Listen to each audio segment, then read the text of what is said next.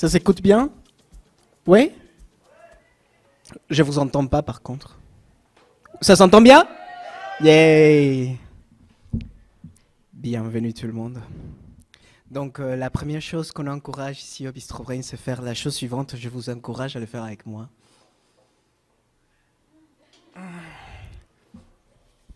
Voilà, on se décoiffe un petit peu parce qu'ici c'est un espace dans lequel on ne va pas juger la personne qui vient devant parce que ça fait déjà assez peur. Et qu'est-ce que c'est Bistro Brain en fait? Bistro Brain, c'est ça.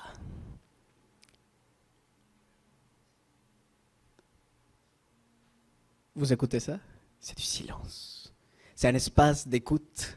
Et ça, c'est quelque chose qu'on n'a pas bien souvent dans notre communauté. Donc moi, je pense que c'est quelque chose de très appréciable ici.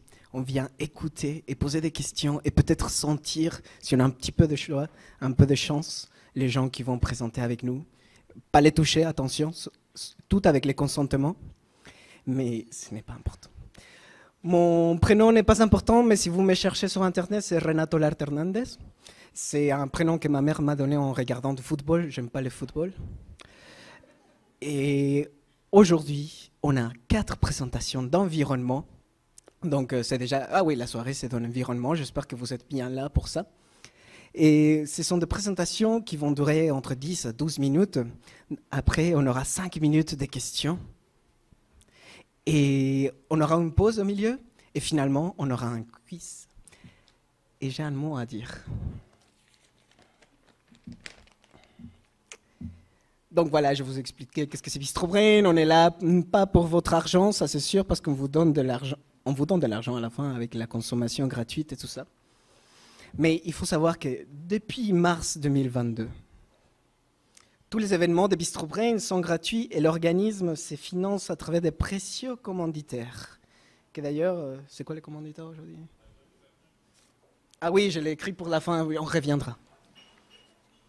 Et donc, il croit à notre belle mission, et ça c'est formidable. Cependant, toutefois, néanmoins, ce n'est pas toujours suffisant pour soutenir notre belle organisation. Et là, vous imaginez un violon derrière moi, ok? D'ailleurs, on va faire ça un peu plus dramatique. Je prends mon temps parce que c'est ma dernière fois, et donc je veux rester sur scène le plus possible. Mais je sais que ce n'est pas par rapport à moi, donc nous vous invitons. Donc, allez à l'accueil et faire un don, s'il vous plaît, en argent. Merci à tous ceux et celles qui ont déjà donné. On a déjà $7. Merci, c'est courageux. Un don au Bistro Brain, c'est soutenir le développement de la culture scientifique au Québec et l'implication de plusieurs équipes. Oui, parce qu'on est ça, en fait, on est des bénévoles qui un jour, non, des personnes qui un jour, avant de devenir bénévoles, ils se sont décidés, je vais donner mon temps pour faire de la science. Et pour la rendre accessible à tout le monde, et que tout le monde puisse manger une pizza, boire un verre, et en même temps écouter la science. Mais quelle folie! Donc merci Bistro Brain, je pense qu'il faut les applaudir un petit peu. Merci aux bénévoles. Et sur ça, je me coiffe un petit peu et je vais donner la bienvenue à notre premier invité, parce que vous êtes sûrement pressés. Les premiers, donc... J'espère que ton estomac est prêt. Alexis Legault. Le titre, c'est « Unir les peuples ». Voilà. Vous arrivez à lire ou pas? Bon, pour ceux qui n'arrivent pas à lire. « Unir les peuples par les conflits environnementaux ». Donc, il est candidat à la maîtrise en sciences de l'éducation à l'université Sherbrooke. Il détient un brevet d'enseignement au préscolaire et au primaire, et ses intérêts de recherche portent principalement sur l'éducation à l'éco-citoyenneté. Donc, on le donne la bienvenue et l'espace est à toi, Alexis. Ah oui, on a oublié.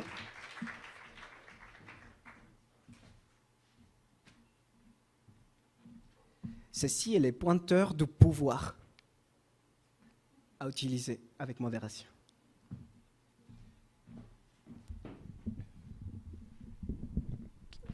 Bonsoir tout le monde. Je suis vraiment super heureux d'être ici aujourd'hui pour faire ma présentation sur un sujet qui m'intéresse et sur lequel j'ai décidé de faire mon travail de maîtrise. Et donc aujourd'hui, je viens vous parler de faire une présentation qui s'appelle « Unir les peuples par les conflits environnementaux ». Ça marche très bien.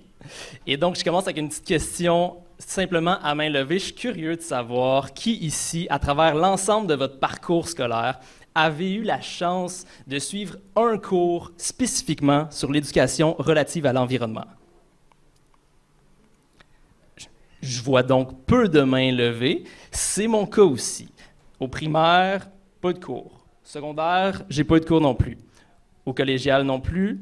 À l'université non plus. Et maintenant, en tant que personne enseignante, on s'attend à ce que je sois en mesure de, malgré ce manque de cours, assurer l'éducation environnementale de la prochaine génération d'élèves, d'étudiants. Et donc, on constate naturellement qu'au Québec, il y a différentes lacunes au niveau de l'éducation à l'environnement, que le milieu scolaire n'est pas en mesure présentement d'assurer cette éducation si fondamentale pour différentes raisons. Par des manques de formation, par des manques de ressources qui sont allouées à cette mission d'éducation à l'environnement, par le fait qu'on a également des problèmes au niveau du programme de formation qui ne donne pas tout l'espace nécessaire pour qu'on puisse être à l'aise d'éduquer à l'environnement les jeunes. Et il y a cette situation un peu ambiguë où on a des personnes enseignantes qui sentent qu'elles doivent jouer un rôle de neutralité complète lorsqu'elles enseignent et donc qui ne se trouvent pas à l'aise à enseigner des notions qui touchent un peu aux politiques naturellement lorsqu'on vient à parler d'environnement puis à ce qu'on devrait faire de ce côté-là. Et donc, il y a cependant une voie d'accès, selon moi, pour faire en sorte que ce milieu scolaire-là, isolé, puisse parvenir à mieux éduquer à l'environnement la prochaine génération. Et donc, il y a le potentiel éducatif des mouvements sociaux, des mouvements environnementaux qui arrivent à ce moment-là. Et donc, ce que moi, j'ai eu la chance de voir, c'est qu'il y a un lieu présentement de convergence où on constate que les groupes écologistes, principalement blancs, non autochtones, donc allochtones, et les groupes autochtones, dans leurs différentes luttes, peuvent se retrouver. Ils se retrouvent généralement autour de cet enjeu-là de protection du territoire, et on observe ces convergences-là à différents niveaux. Je vais y revenir. Et donc, on a, à travers la dernière centaine d'années, grosso modo, au Canada, eu en réalité près d'une centaine d'exemples de luttes environnementales pour la protection du territoire où il y a eu cette convergence-là, cette union-là entre des groupes écologistes et des groupes autochtones.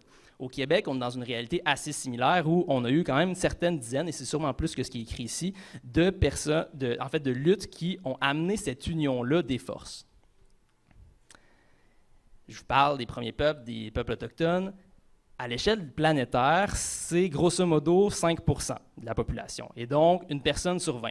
Mais ces 5%-là protègent plus de 20% du territoire terrestre et protègent 80% de la biodiversité terrestre sur la planète. Et donc, on ne peut pas se permettre de vivre notre lutte environnementale et notre éducation à l'environnement sans se soucier des réalités des premiers peuples.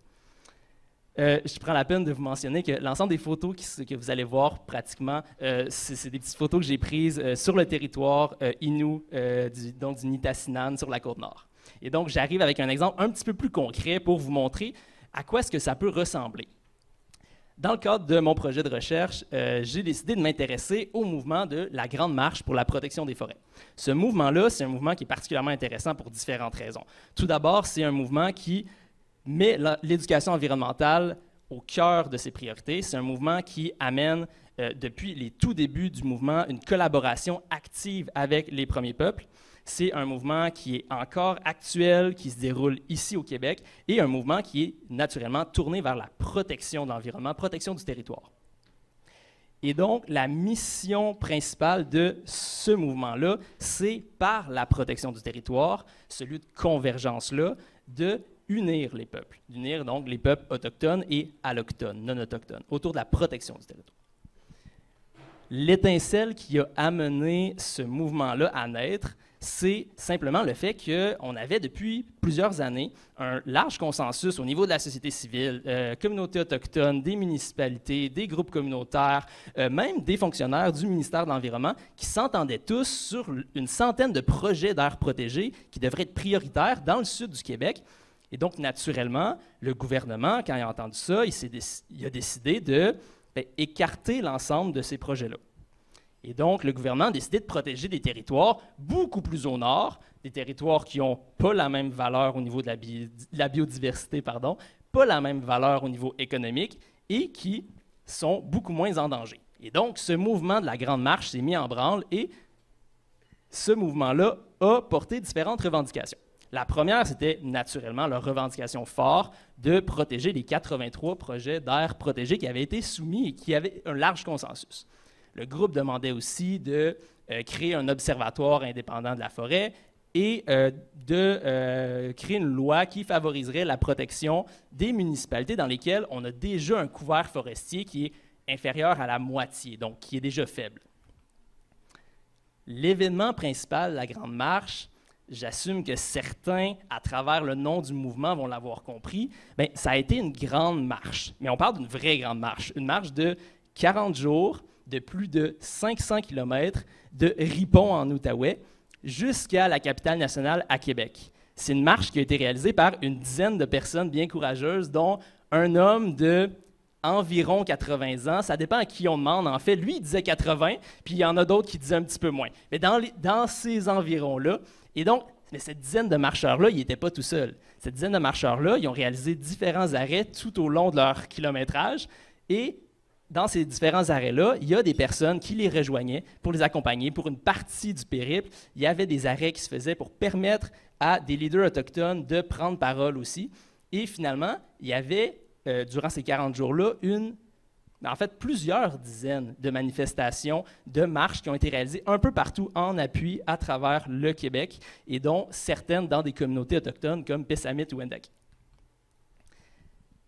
La Grande Marche, c'est aussi des activités qui ont été réalisées dans les écoles, avec des élèves de 5e, 6e année, dont cette activité-là qui portait sur la protection des espèces menacées. Et donc, les élèves étaient amenés à choisir une espèce, soit une espèce animale ou une espèce végétale, qui était menacée dans leur région à eux, autour de leur classe. Et l'activité commençait par expliquer, d'abord tout simplement, mais à quoi est-ce que ça sert la biodiversité? Pourquoi est-ce que moi, comme petit enfant de 5e, 6e année, je devrais me soucier de ça? Ensuite, on demandait naturellement de faire une petite recherche sur le sujet. Il y avait un petit concours de dessin accessoire un peu plus ludique et on allait explorer la nature. Parce qu'on le sait, en éducation à l'environnement, une des choses qui est reconnue comme très importante, c'est cette proximité-là. Pour vouloir protéger quoi que ce soit, l'environnement, mais toute autre chose, on doit sentir qu'on a une proximité avec lui. On peut bien le comprendre de manière intellectuelle, mais on doit avoir ce lien-là avec l'environnement qui est nécessaire, et donc on l'assure avec ça. Et il y a eu un cercle de parole qui a été réalisé ensuite, et finalement, cette étape qui est particulièrement importante, en fait, dans tout le processus, c'est l'étape de la diffusion, de l'engagement du jeune, parce que je vous en parlais de la portion politique de l'éducation à l'environnement, ça fait partie de ça. Et donc, on permettait à ces jeunes-là de s'exprimer, de partager l'ensemble de leurs réflexions, et de le partager pas juste à l'intérieur de la classe, mais de l'envoyer dans les familles, grâce à la Grande Marche, de le diffuser dans la société et de l'envoyer à leurs élus régionaux, municipaux aussi, leurs pistes de solutions, leurs réflexions à eux sur ces enjeux environnementaux-là. Et après la Grande Marche, donc ce mouvement-là, ça demeure un mouvement. C'est quelque chose qui est actif. Il y a eu différents gains qui ont été réalisés. Il y a eu certainement plusieurs apprentissages, et ça, c'est ce sur quoi je vais m'intéresser particulièrement dans le cadre du reste de ma recherche à la maîtrise. Et c'est un mouvement qui a partagé une campagne aussi récemment qui s'appelle « Unis pour le caribou » et qui visait la protection du caribou, qui est une espèce menacée particulièrement importante pour différentes communautés, dont la communauté Innu, laquelle j'ai eu la chance de côtoyer durant quelques mois.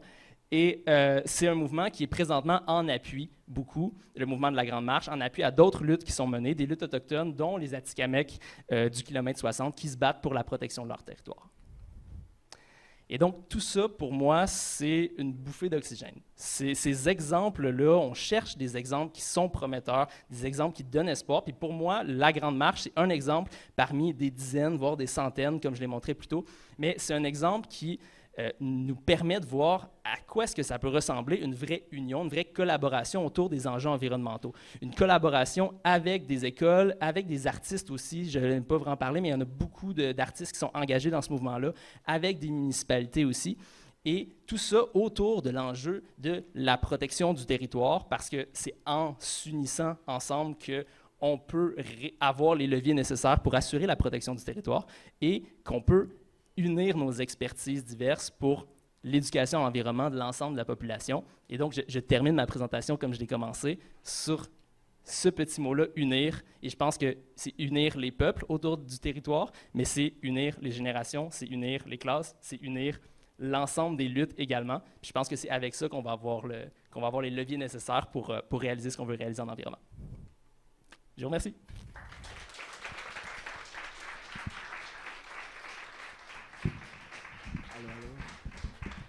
Ici. Merci Alexis. Donc pour les 5 minutes de questions, ici c'est les micros de questions. Vous devez venir ici pour poser votre question. Voilà.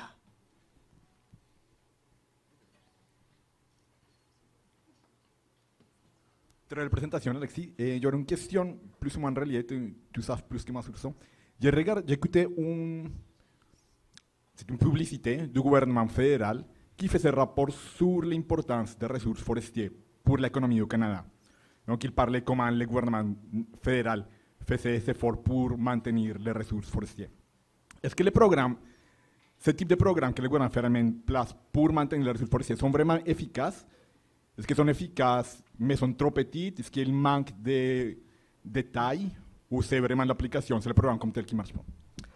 Je vais me permettre de ne pas répondre directement sur l'efficacité des programmes parce que je parlerai un petit peu à travers mon chapeau pour ça. Ce que je peux dire à ce niveau-là quand même, c'est que un des enjeux qui est particulièrement important, c'est la concertation de manière générale pour la protection des différents milieux. Et c'est une des choses qui manque certainement de manière assez cruciale lorsqu'on parle de territoires autochtones. Les communautés autochtones sont pas consultés ou sont consultés lorsque les projets sont déjà menés, lorsque tout ce qui reste à mettre, c'est la petite signature à la fin. Et je pense que ça demande une flexibilité. Les différents programmes qu'on va mettre en place doivent prendre en compte les perspectives autochtones. Et c'est quelque chose qui n'est pas réalisé présentement. Puis je pense que sans connaître le détail de la pertinence des différentes mesures qui sont prises actuellement, je pense que ça demande une concertation qui est plus large et ça demande d'écouter les résultats de cette concertation-là aussi. J'en parlais pour la centaine d'aires protégées. C'est un travail de plusieurs années, de tonnes d'experts qui ont amené le sujet de manière très crédible. Et malgré le large consensus, on a gardé ça à quelque chose de politique. Et donc, c'est une décision qui était politique de protéger un pourcentage qui était assez équivalent, mais sur des territoires qui ne sont pas en danger, sur des territoires qui sont beaucoup moins riches en biodiversité. Donc, je pense qu'il faut donner du poids au questionnement qu'on fait, puis lorsqu'on questionne les différents organismes qui connaissent ça, puis les différents experts, il faut écouter les conclusions de ces rapports-là. Merci Alexis. On a une deuxième question? Oui, donc merci pour la présentation. C'est intéressant de voir un exemple de projet comme la Grande Marche qui peut inspirer différentes personnes à s'impliquer puis à vouloir mettre de l'avant leurs idéaux. Ce que je me demande, c'est, tu commençais la présentation en parlant de l'enjeu pour les enseignants d'être capable de prendre parole puis d'enseigner justement l'éco-responsabilité à leurs élèves. Puis je me demande comment est-ce que tu vois l'accompagnement aux enseignants pour être capable de se greffer, par exemple, à des mouvements comme la Grande Marche ou de s'en inspirer. Comment faire le pont entre les mouvements qu'on retrouve dans la société puis la salle de classe? Je te remercie pour la question. Puis en fait, c'est vraiment le sujet qui m'intéresse particulièrement pour le reste de mes études supérieures. C'est de regarder justement comment est-ce qu'on peut faire en sorte de créer ce pont-là. Puis c'est quoi les leviers qu'on a pour favoriser le fait que, parce qu'on sait qu'il y a plein d'enseignants qui ont envie de présenter des notions environnementales, mais qui ne savent soit pas comment y arriver parce qu'ils n'ont pas la formation ou se sentent pas à l'aise de le faire. Je pense que la première chose à faire, c'est de déconstruire cette idée-là de neutralité absolue. On n'est pas neutre quand on est enseignant. On présente du contenu avec toujours un angle particulier, qu'on le veuille ou non, et de ne pas présenter les enjeux environnementaux, c'est un choix qu'on fait. C'est un choix qu'on fait qui va dans le sens du statu quo, qui va dans le sens du système actuel. Et donc, on doit mettre à l'aise le plus possible les personnes enseignantes à présenter des enjeux qui sont éthiques comme ça.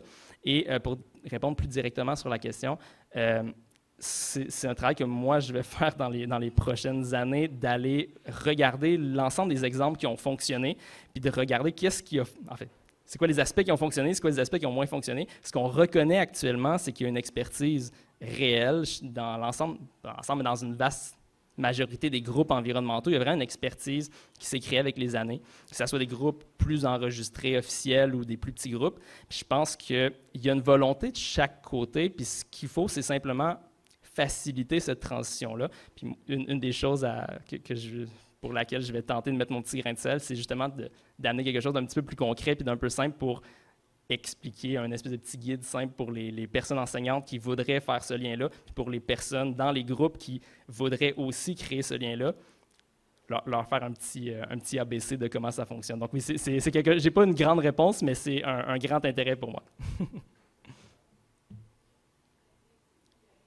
Merci pour ce travail-là de faire le pont. Là.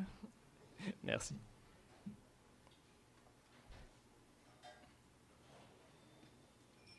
Merci beaucoup pour ta présentation. On va enchaîner avec la deuxième présentation. Merci tout le monde.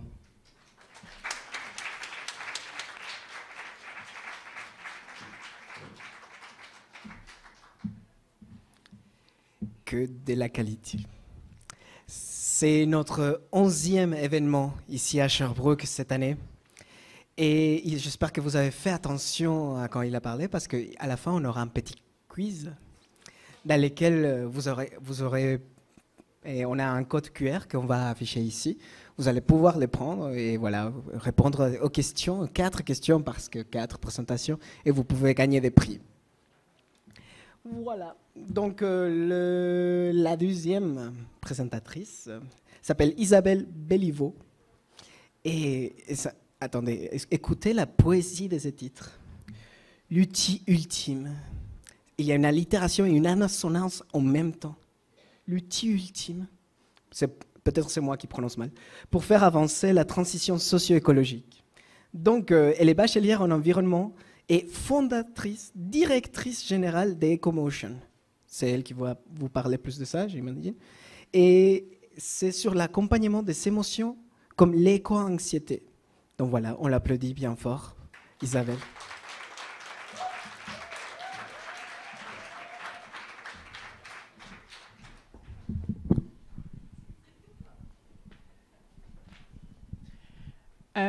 Première fois pour moi que je présente dans un bar. Très cool. Et c'est un honneur pour moi que ça se fasse à la maison, au BOC. Donc, merci de m'accueillir. Bon, l'outil ultime, oui, pour faire avancer la transition socio-écologique, il y en a plusieurs qui ont un potentiel puissant de faire ça, selon moi. Mais le plus indispensable, selon moi, c'est l'émotion. Pourquoi? Parce que l'émotion est au cœur de nos capacités adaptatives. Et pour faire une transition, il faut qu'on s'adapte continuellement. Alors, pour vous le faire expérimenter, j'aimerais commencer par une question. Dans votre tête, essayez d'évaluer sur une échelle de 1 à 10 votre niveau de connaissance actuelle des changements environnementaux et donc de l'état, de comment ça va affecter nos sociétés. Donc, une échelle de 1 à 10, 1 étant peut-être des connaissances de base, 10 étant je me considère expert ou experte du sujet. Maintenant, évaluez votre niveau de confiance, de notre capacité à relever le défi de l'adaptation ou de la transition socio-écologique. 1 étant, je suis assez pessimiste, pas très confiant, confiante. 10 étant, non, j'ai assez de confiance, je suis assez optimiste. La différence entre les deux, ce qui s'est passé entre les deux questions, c'est que vous avez vécu une émotion. Et cette émotion-là vous a donné de l'information sur ce que vous percevez de l'extérieur et comment vous l'interprétez dans votre monde intérieur. Alors ça, c'est vraiment central. Dans les ateliers d'écomotion, quand on demande aux gens de faire une genre de mind map de leur vécu par rapport à la crise socio-écologique, ça ressemble à ça.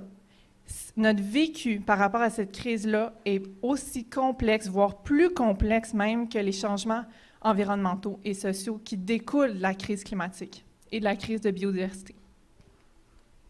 Et ça, c'est un schéma pas du tout scientifique de quoi ça a l'air une personne, le processus d'une personne qui vit de l'éco-anxiété. En l'occurrence, c'est moi. Donc, en En général, ce qu'on voit, c'est que l'éco-anxiété va venir en vagues. Okay? Une vague d'intensité, elle va se représenter sur un continuum d'intensité variable, ce qu'on dit dans la littérature. Ce qu'on voit aussi, c'est que quand il y a des flambées d'éco-anxiété, comme j'aime appeler, c'est souvent parce qu'on augmente notre conscience environnementale. Donc, par exemple, quand moi j'étais aux études en écologie et en environnement, bien évidemment que ma conscience environnementale augmentait et mon éco-anxiété en même temps. Par contre, quand je m'impliquais, par exemple, dans la Sève à Sherbrooke, bien, mon éco-anxiété se régulait parce que j'étais constamment dans l'action. Par contre, ce qui arrivait souvent, c'est que je remarquais plus la norme sociale réelle par rapport au changement. Puis ça amenait une autre forme de détresse, mais j'en parlerai pas aujourd'hui. Des épisodes, des crises sociales comme la pandémie, comme la guerre, ça va faire augmenter notre éco-anxiété. Inversement, des épisodes d'épuisement, le burn-out, des grandes fatigues, des dépressions, va faire crasher notre éco-anxiété parce qu'en fait, ce qui se passe, c'est que notre corps n'a plus de ressources pour faire face à ce qui se passe. Il n'y a plus de ressources pour être anxieux, pour prendre soin de ce qui est là. Et ça, c'est majeur parce qu'il y a de plus en plus de gens qui se retrouvent dans des épisodes comme ça. Moi, j'en ai eu 2. Le deuxième a été le plus transformateur et aussi le plus difficile. Ce qui est arrivé, c'est que j'ai entamé un processus de ralentissement et de déconditionnement à la performance, à la productivité qui est désincarnée. Et ça nous vient du système capitaliste. Donc, il faut comprendre que même quand on s'implique dans la cause, que ça nous tient à cœur, il faut le faire d'une manière qui respecte notre énergie et qui, finalement, ne perpétue pas le système qu'on dénonce, qui nous a menés ici. Alors, voici comment j'y suis arrivée. Première chose que j'ai fait, j'ai appris à extraire le sens de mes ressentis. Mon processus a pris tout son sens quand une psychologue de l'Université de Sherbrooke, qui est souvent ici d'ailleurs, m'a dit, je vais la citer, « La façon dont on traite notre planète est un miroir direct à la façon dont on se traite. On n'écoute pas nos limites, on épuise nos ressources et ça se ressent sur l'environnement. » Donc, quand on parle d'éco-anxiété, on parle en général d'un concept qui s'appelle les éco-émotions. C'est tout simplement des émotions qui servent à illustrer, à témoigner de notre lien, de notre rapport à notre milieu de vie, à l'environnement finalement. Donc, ces émotions-là ont des fonctions. Par exemple, nous adapter à une situation, nous montrer un besoin qui n'est pas répondu, nous motiver à agir, nous aider à communiquer avec les autres, mais aussi avec notre milieu de vie. Donc, on se régule dans les écosystèmes grâce à nos émotions. Donc, elles agissent comme des signaux lumineux qui peuvent être autant agréables que désagréables. Puis, c'est grâce à elles qu'on entretient des liens avec notre milieu, notre environnement, soit naturel ou bâti, et également avec les habitants qui sont abrités par ces environnements-là. Donc, c'est pour ça que ça nous touche de voir des injustices envers le vivant. C'est pour ça que ça nous touche de voir des boisés se faire détruire ou de voir des gens qui sont délocalisés d'un lieu, qui ont grandi là toute leur vie parce qu'il y a un développement immobilier, par exemple. Ça nous touche, ces choses-là, et c'est nos émotions qui nous informent de ça.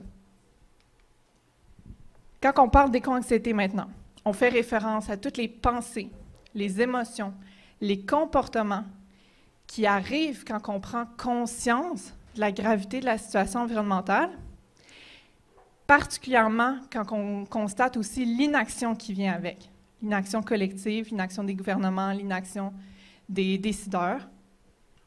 Gouvernement et décideurs, pas mal la même chose, vous me direz, mais on se comprend. Maintenant, j'aimerais attirer votre attention sur la trajectoire non adaptative de l'éco-anxiété.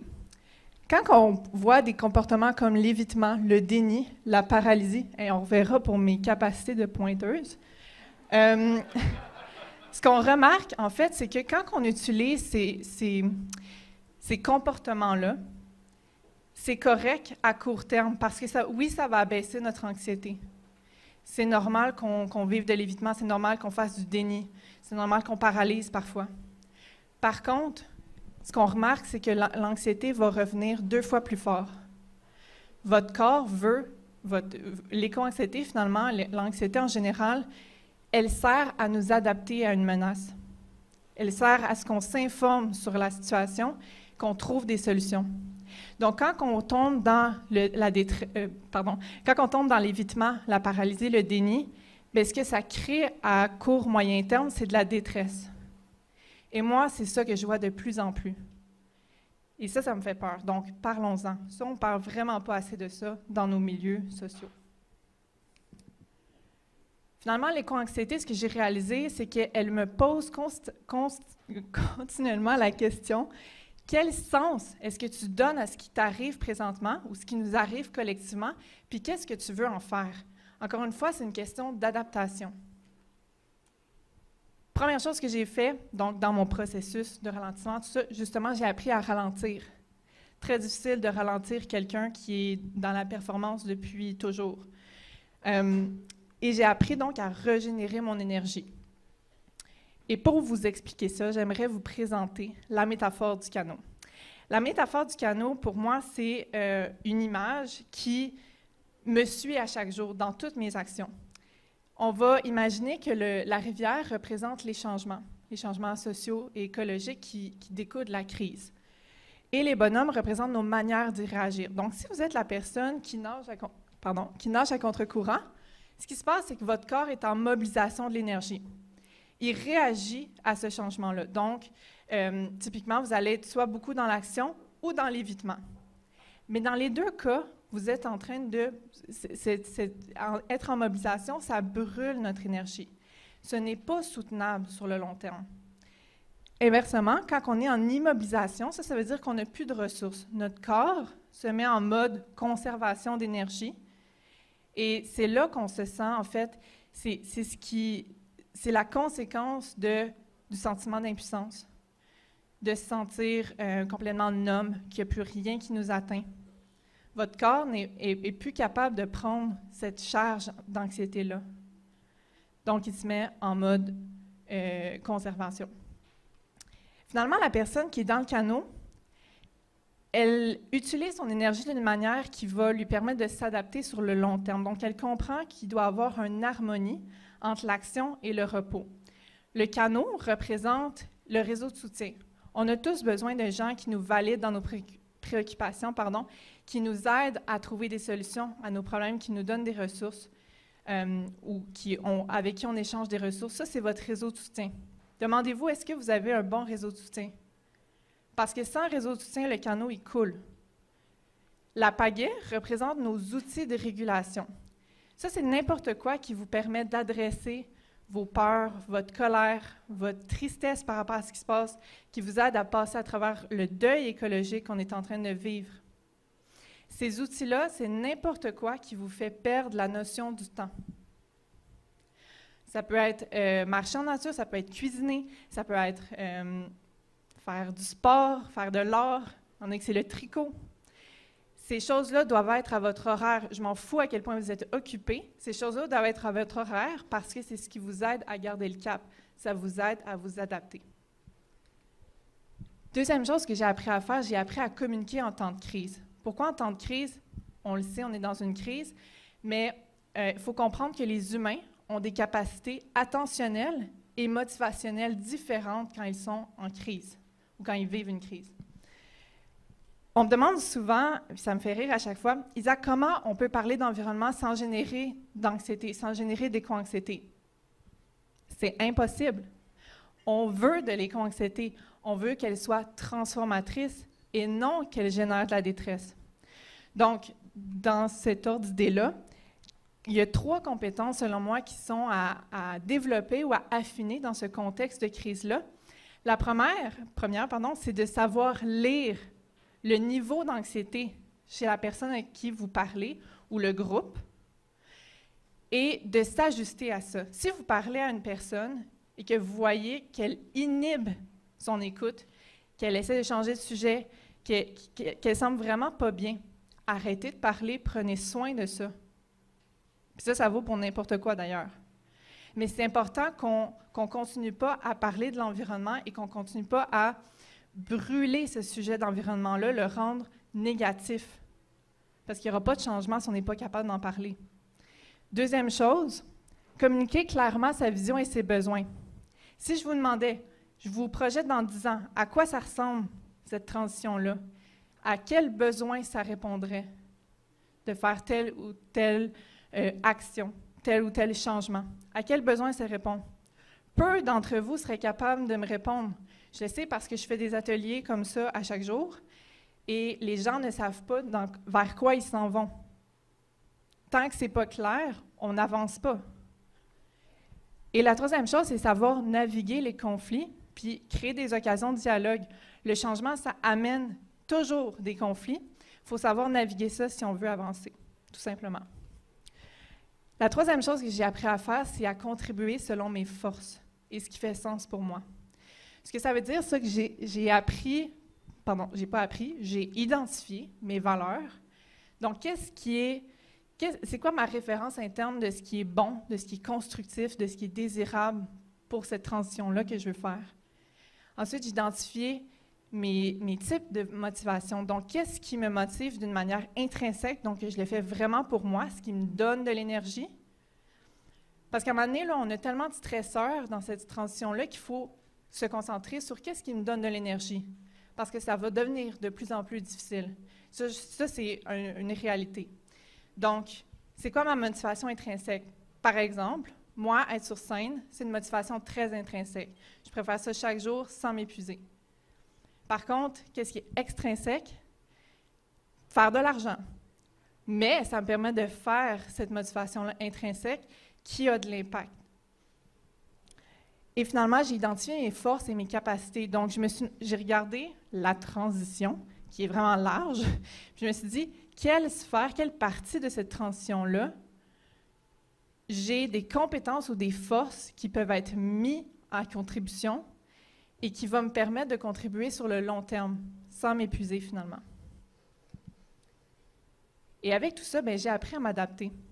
Quand j'ai compris que plus ma vision était claire et plus mon plan d'action, si vous voulez, était précis pour mon cerveau, mais flexible, parce qu'on parle de changement, plus l'éco-anxiété devenait un moteur et non un frein. Et ça, c'est majeur. Quand on fait des plans d'adaptation avec les gens dans nos ateliers, on leur fait passer par toutes les étapes que je vous ai décrites. Donc, on extrait le sens de leur vécu. On se base là-dessus pour créer ce plan d'adaptation-là, pour créer cette résilience-là. Après, vous faites ce que vous êtes bon à faire, mais au moins, vous avez les outils pour vous réguler. Vous avez un réseau de soutien pour, encore une fois, bâtir votre résilience, avoir accès à des ressources. Et finalement, vous contribuez selon vos forces puis vos capacités. Je vois encore trop de gens qui se brûlent à faire des choses qui ne leur rapportent pas de l'énergie, finalement. Puis, en terminant, j'aimerais vous rappeler que ces changements-là ne sont pas censés être faciles, qu'on n'est vraiment pas tout seul à ressentir cet inconfort-là. Ça fait plus de 3000 personnes que je vois, et j'ai vu de l'anxiété, de la peur, de l'impuissance dans les yeux de ces 3000 personnes-là. Et ça me touche beaucoup. Donc, prenez ça en considération quand vous trouvez ça plus difficile.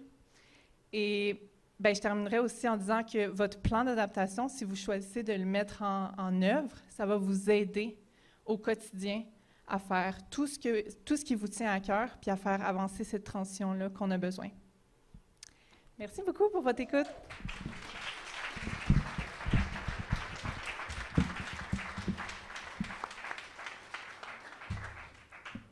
Et justement, dans cette idée qu'il faut parler de l'éco-anxiété, il faut venir poser des questions. Profitez bien.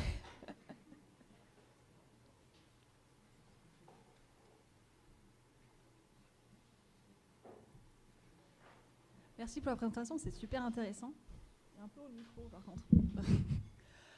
Oui, donc l'éco-anxiété, oui, on sait que c'est le problème qu'on a, nous, personnellement, mais aussi personnellement, on va dire, je ressens aussi de l'éco-anxiété face à l'incompétence du gouvernement ou des politiques pour agir. On a aussi ce décalage-là de moi, à mon échelle, j'essaie de faire quelque chose, de réduire mon éco-anxiété, mais je vois qu'autour de moi, en plus des gens qui ont le déni ou qui vont juste être directement contre nous, on voit que rien ne se fait ou que il y a ouais, il y a ce décalage-là.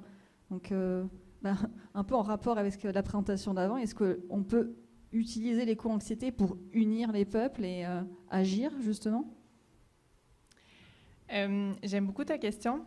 C'est une préoccupation qui revient tout le temps, justement, cette espèce de dissonance-là entre la collectivité et ce que moi, je mets de l'avant.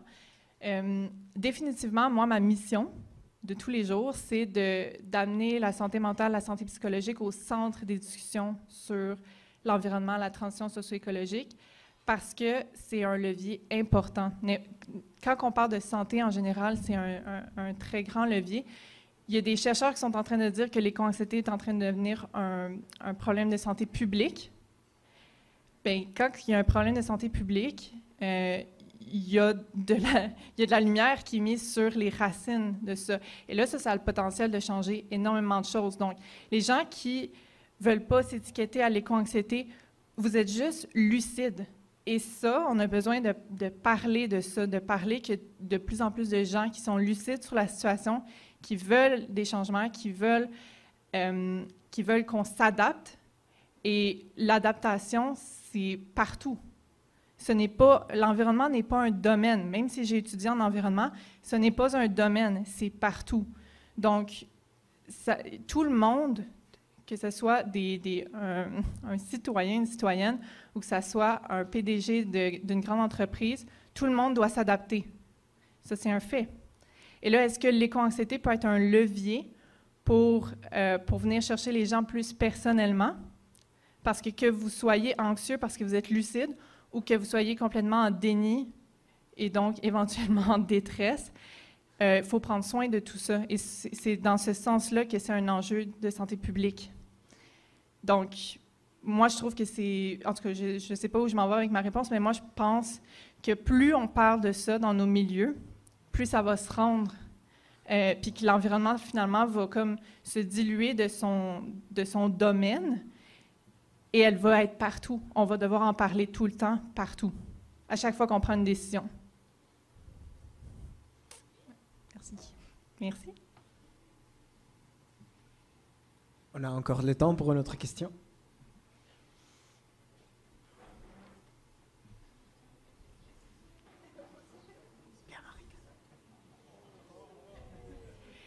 Salut. J'ai une question.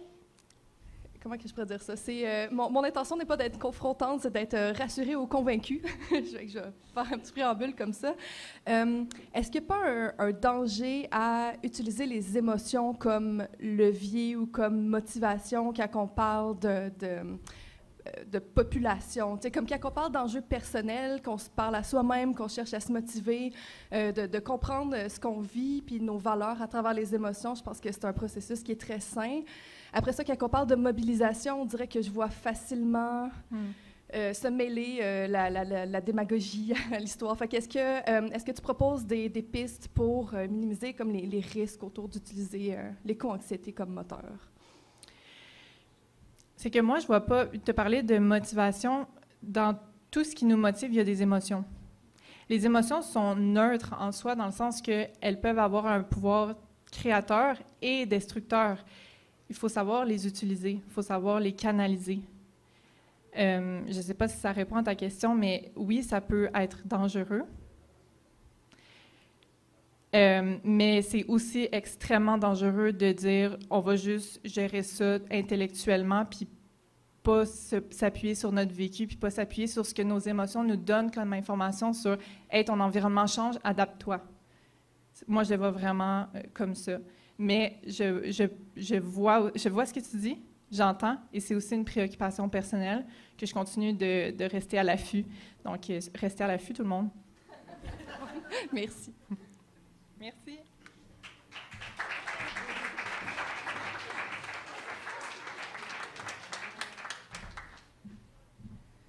Maintenant, je vous propose une transition émotionnelle d'une pause. On revient dans 13 minutes plus ou moins 2. OK? Donc voilà, profitez bien.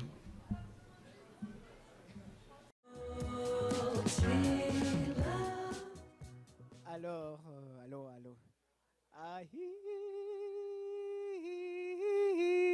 I am mamba, ouais. Parfait. Excellent, donc vous m'écoutez tous? Yes. Ah oui, il faut que je me décoiffe. Merci. On est dans une ambiance décontractée ici. Donc, je vous propose une autre transition. Mais d'abord, si on demande à Wikipédia, qu'est-ce que c'est l'environnement? L'ensemble des éléments qui entourent un individu ou une espèce. Voilà, et c'est plus long, mais je ne veux plus le dire parce que je trouve déjà que c'est un peu bizarre, non? Vous ne trouvez pas? L'ensemble d'éléments qui entourent un individu. C'est comme si l'individu n'appartenait pas à l'environnement. Bon, je vous laisse cogiter sur ça. Ah oui, mes feuilles. Alors, le prochain s'appelle Simon Corollaire. Et le titre, c'est « Devenir naturaliste grâce aux jeux de vidéo ». Oh, merci. Les cas d'Animal Crossing. Vous avez joué à Animal Crossing, vous? Ah, pardon, je ne sais pas si c'était ta question, excuse-moi. Donc, est un Breton passionné de biologie. Tu peux dire plus que ça, non? Ah, il aime bien l'ornithologie. Il a commencé ses études supérieures par une licence et master de biologie marine avant de traverser l'Atlantique. Il est maintenant en 2e année de doctorat de biologie à l'université Sherbrooke, où il étudie les effets de l'environnement sur la dynamique des populations des oiseaux. Bah, merci. Avec vous, Simon Corollaire.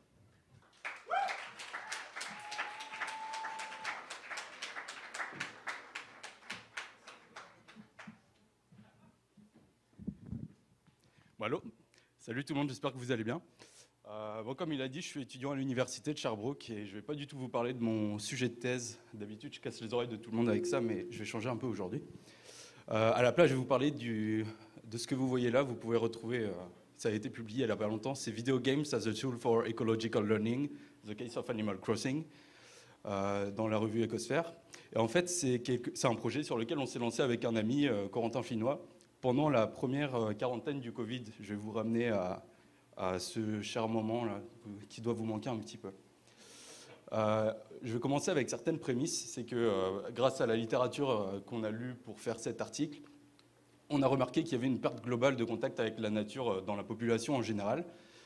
Les causes pour cela, celles qui sont le plus souvent citées, c'est l'urbanisation globale et les progrès technologiques, ainsi que leurs usages domestiques. Les effets de cette perte globale de contact avec la nature, ça peut se manifester de plusieurs façons, notamment la santé publique, que ce soit une augmentation du stress ou une éco-anxiété, comme vous pouvez parler peut-être. Connaissance écologique, on est de moins en moins connaisseurs de ce qui se passe dans l'environnement, des espèces qui sont présentes autour de nous, etc. Et il y a une baisse d'intérêt au sujet de conservation. Et je vais vous parler d'un temps que les moins de 3 ans ne peuvent pas connaître, le Covid. Pendant la quarantaine, il a fallu se battre contre l'ennui, l'anxiété et l'isolement. Et les gens, on a observé une espèce de tendance d'augmentation d'intérêt envers la nature à ce moment-là. Les gens, peut-être parce qu'ils n'avaient plus le temps, se sont intéressés à la nature via les documentaires animaliers, la Netflix et tout ça. Ceux qui ont eu la chance de le faire se sont mis au jardinage, par exemple. Et d'un autre côté, il y a eu beaucoup de débats en ligne, des gens qui parlaient du monde après le Covid, les leçons qu'on aurait pu en tenir, etc. Et en plus des les activités en ligne, les réseaux sociaux, il y a bien sûr les jeux vidéo. Pour ceux qui ne sont pas très familiers avec les jeux vidéo, c'est un phénomène vraiment très important qu'il ne faut pas sous-estimer. Il y a environ 91% des jeunes âgés d'en dessous de 17 ans qui avaient déjà joué aux jeux vidéo aux États-Unis. Donc ça, c'était en 2011. Donc on peut se dire qu'avec l'évolution de la technologie, ça a dû augmenter par rapport à ce moment-là. Donc on ne devrait pas être loin des 100%, je pense. Et je vais faire un petit in a nutshell, présenter les jeux vidéo et la recherche qui est faite à ce sujet-là. Basiquement, on peut déterminer 2 groupes. Il y a 2 sortes d'études faites sur les jeux vidéo. La première, c'est les effets négatifs des jeux vidéo sur la société. Pardon ? Ouais, c'est mieux comme ça. Sur la société et les individus, notamment une augmentation des comportements violents, les insomnies, les pertes d'attention, les baisses d'interaction sociale et les addictions. Mais d'un autre côté, on entend bien ? D'un autre côté, les points positifs, ça peut être utilisé comme des thérapies, il y a une augmentation du bien-être, ça peut augmenter les rencontres que vous faites, etc., développement de créativité, esprit critique. Mais bien sûr, la première catégorie est beaucoup plus représentée que la seconde. Je vais vous parler d'un jeu vidéo en particulier, c'est Animal Crossing, qui a fait environ 20 millions de ventes pendant la quarantaine. Donc les gens se sont déchirés et se sont mis à jouer au jeu de manière un peu extrême. Et ce jeu, en gros, c'est un simulateur de vie. Ça a une réputation de jardin secret. C'est une franchise de Nintendo qui existe depuis 2001. Et il y a un gros focus, il y a un vrai effort qui est mis sur la biodiversité dans le jeu. Par exemple, on y retrouve des poissons, des insectes, de nombreuses espèces de fossiles, et également des plantes et des fleurs, à hauteur de 120 espèces de poissons, 80 espèces d'insectes, etc. À l'intérieur de l'île virtuelle dans laquelle vous développez votre personnage qu'on voit en haut à droite ici, qui capture un insecte, il y a également un musée. Ce musée, en tant que citoyen, vous avez le devoir de le remplir avec des holotypes, des animaux que vous capturez dans la nature et dont vous faites le don au musée et qui va l'afficher. Et ce musée, vous pouvez le visiter, y retourner autant de fois que vous voulez et découvrir des informations sur ces animaux. Il y a également un système de revente, ça c'est super important aussi, c'est votre façon de gagner votre pain. Ça peut être d'attraper des insectes comme ici et le revendre sur le marché par exemple. Et vous pouvez faire la même chose avec des poissons, les fossiles que vous déterrez, etc. Ça vous rapporte de l'argent, des clochettes. Et la petite vidéo là. Bon, il y avait une vidéo. Ici c'était le témoignage d'une mère qui s'inquiétait en disant « Ma fille de 8 ans joue tous les jours à Animal Crossing sur sa console ». Le contexte, c'était encore le Covid. J'ai l'impression que c'est un jeu calme et éducatif. Peut-elle devenir accro aux jeux vidéo après 7 semaines de confinement? Et dans la vidéo, on voyait un expert, un directeur de recherche qui avait un argument d'autorité et qui disait il n'y a pas d'études qui montrent qu'il y a un effet du fait de jouer aux jeux vidéo. Oh, on croise les doigts. Non, tant pis. Donc ils font appel à un expert et cet expert va dire il n'y a pas d'études qui montrent qu'il y a un effet du jeu vidéo sur la connaissance, l'identification des espèces, etc. Sauf que j'ai regardé, on a travaillé sur ce sujet, on n'a trouvé aucun article qui parle de ça. Donc je doute un tout petit peu de la bonne foi de l'expert qu'ils ont invité. Et on s'est demandé, est-ce que vraiment les gens qui jouent à ce jeu n'apprennent vraiment rien? Ils passent des heures et des heures à capturer des animaux, on leur donne des informations à propos de ces animaux, etc. Et en fait, on a voulu le tester. Au début, c'est parti d'une blague. Pendant la quarantaine, on a envoyé un questionnaire à plusieurs personnes.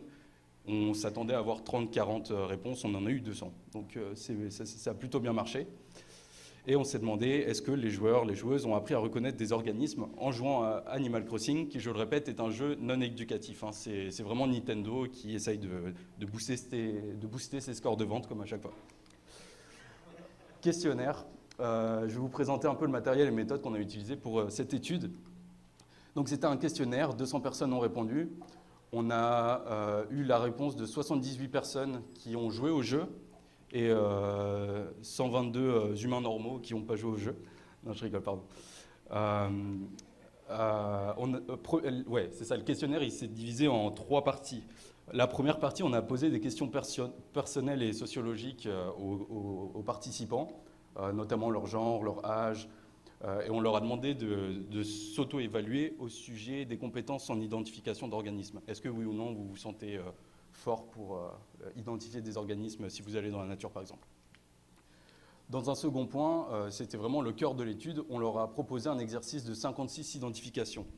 Donc cet exercice, on leur confrontait soit des poissons, soit des insectes, soit des fossiles, soit des plantes, une photo d'entre eux, ils devaient trouver la bonne réponse.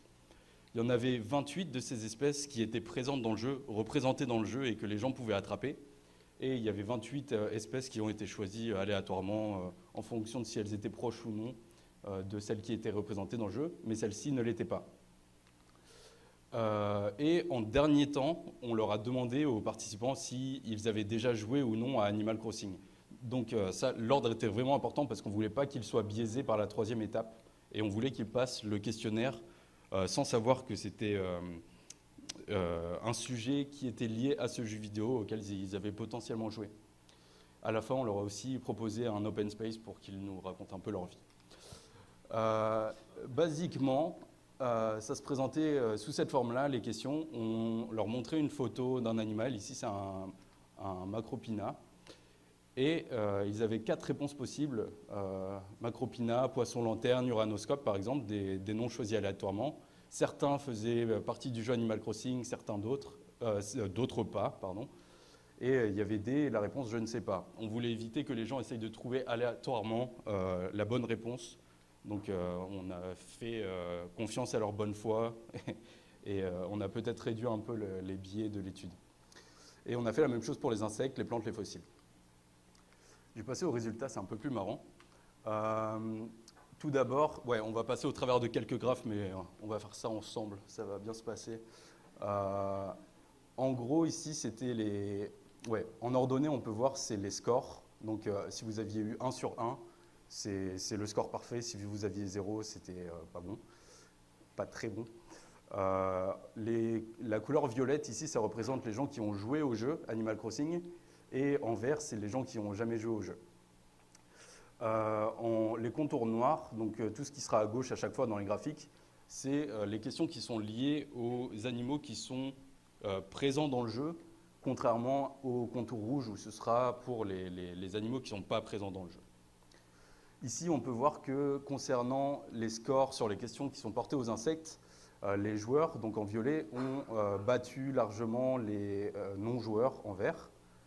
Ici, pour les insectes qui ne sont pas présents dans le jeu également. Donc les joueurs ont également battu les non-joueurs pour les animaux qui n'étaient pas dans le jeu, les insectes qui n'étaient pas dans le jeu. Même question pour les poissons. Les joueurs ont complètement battu les non-joueurs par rapport aux poissons qui étaient présents dans le jeu, mais ce n'est pas le cas pour les poissons qui n'étaient pas dans le jeu, en rouge. Les plantes, il manque un E. On peut voir que ici, c'était un peu plus compliqué, les scores sont très très similaires et les joueurs ont quand même battu, mais de vraiment peu, les non-joueurs pour les plantes dans le jeu. Et ils se sont fait battre à plate couture par les non-joueurs. En fait, ça c'est super intéressant parce que je vous ai dit tout à l'heure qu'il y avait un système monétaire dans le jeu. En fait, si vous vendez des poissons, encore ça dépend des poissons parce que certains sont plus rares que d'autres, mais vous gagnez plus ou moins d'argent en fonction de l'espèce.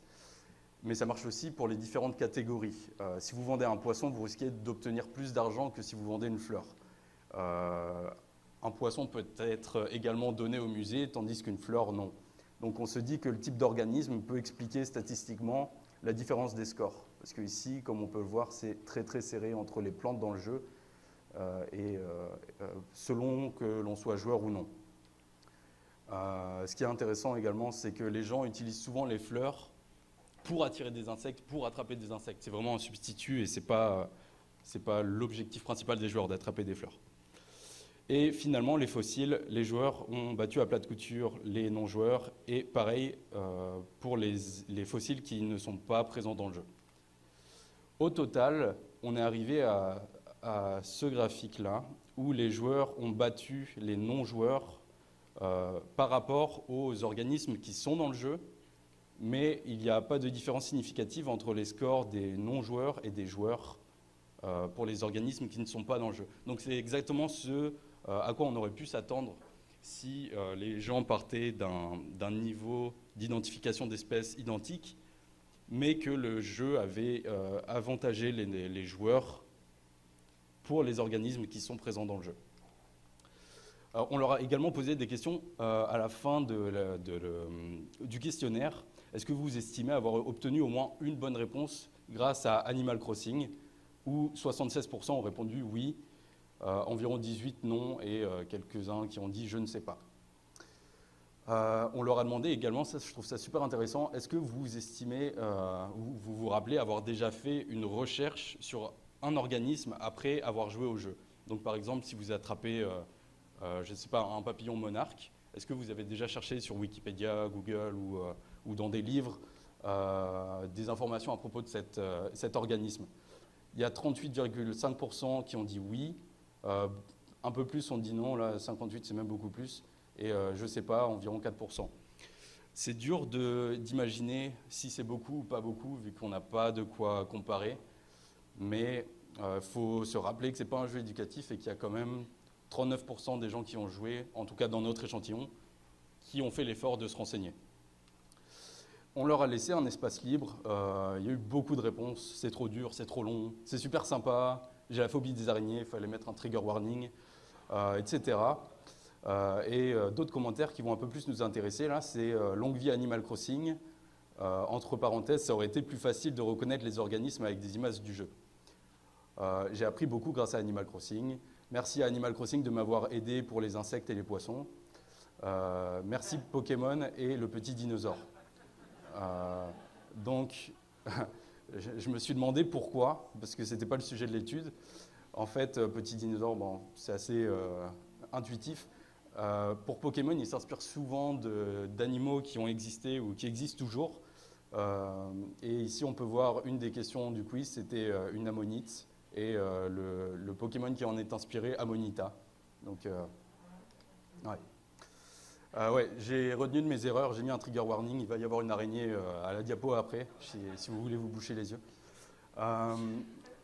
Ça, c'est une araignée qui est présente dans le jeu, c'est une mygale à pattes rouges. Et c'est assez connu, sur Internet en tout cas. En anglais, une mygale, ça se dit tarantula. Mais une mygale, en français, ça se dit mygale. Donc, les traducteurs français se sont basés sur la version anglaise pour traduire le jeu.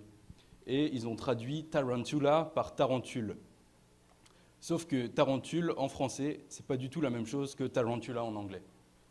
Une tarantula, encore une fois, c'est une mygale. Ici, on a la mygale à pattes rouges. Et ici, c'est une tarentule. Que eux appellent ça tarantula wolf spider. Et en fait, on avait posé une question sur la mygale à pattes rouges. Et on voulait voir les réponses des joueurs et des non-joueurs pour cette question bien en particulier. C'est cassé. Oups. Ouais, c'est ça. Donc ici, on peut voir les scores des joueurs et des non-joueurs pour les différentes réponses disponibles. Donc je ne sais pas, mygale à pattes rouges. La bonne réponse étant la première. On peut voir que les joueurs ont répondu à 24% de manière correcte, moins que les non-joueurs, alors que l'espèce est encore une fois présente dans le jeu. D'un autre côté, ils l'ont davantage confondu avec les tarentules. 56,51 personnes qui ont joué au jeu ont confondu les deux espèces, alors que ça arrive beaucoup moins pour ceux qui n'ont pas joué au jeu. Et ce qui est aussi, ce que je trouve super marrant, c'est le 12,82% des gens qui estiment ne pas savoir, comparé à 34,42%. Ça veut dire que les gens étaient sûrs de connaître la réponse, mais qui se sont trompés. Donc on peut montrer que le jeu peut donner l'impression d'apprendre. Oui, bon, ça, c'est ce que je viens de dire. Oh, j'aurais dû l'afficher en même temps, pardon. Alors, conclusion, est-ce que Animal Crossing, c'est un jeu éducatif ou non? Encore une fois, il y a eu des meilleurs scores par les joueurs qui sont expliqués statistiquement.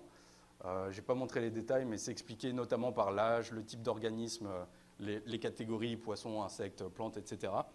Et c'est expliqué bien sûr par le fait de jouer au jeu. Donc ça, c'était vraiment le but de notre étude. Donc oui, ça semble être un jeu éducatif, même si ce n'est pas intentionnel de la part des développeurs. Cependant, il y a quand même 58% des gens qui n'ont jamais vérifié aucun organisme après l'avoir croisé dans le jeu. Oui, verre à moitié vide, verre à moitié plein. On ne sait pas si c'est beaucoup, si c'est pas beaucoup. C'est un début, on peut dire. Vu que ce n'est pas un jeu intentionnellement éducatif, on peut s'imaginer qu'il y a plus de biais, il y a moins de précision, il y a plus d'erreurs. Par exemple, sur la petite île du jeu, on peut croiser des espèces venues du monde entier, alors qu'on se trouve sur, moi je ne sais pas, c'est des pixels, mais c'est même pas 1 km². Tu fais le tour de l'île en 2 minutes de jeu. Et pourtant, tu peux trouver des espèces venues du monde entier, d'Asie, d'Afrique, etc.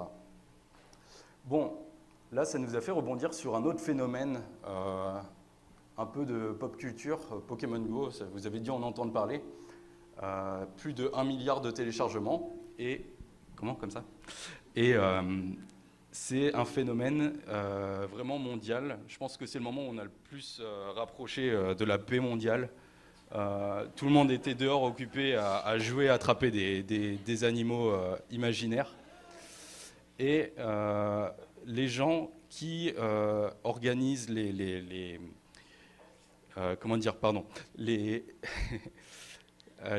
comment ça s'appelle ? Un logiciel, là. Une application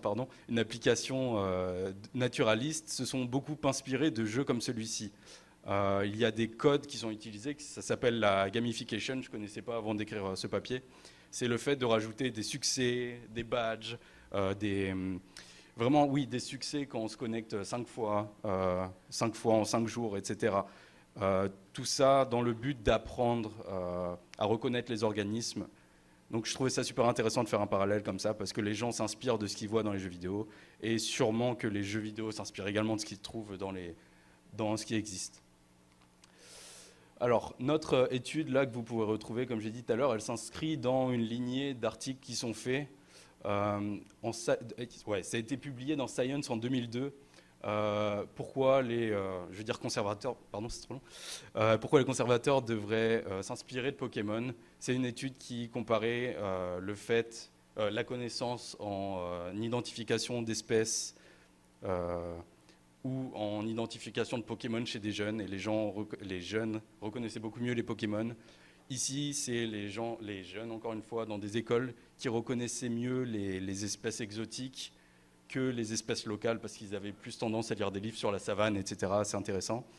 Et finalement, nous, on a regardé si les gens qui jouaient à des jeux vidéo connaissaient mieux les espèces que ceux qui ne jouaient pas aux jeux vidéo. Et ça me fait rebondir sur ce dernier papier dont je voulais vous parler, qui montrait l'importance de reconnaître les espèces qu'on croise et la connaissance des écosystèmes qui nous entourent en général.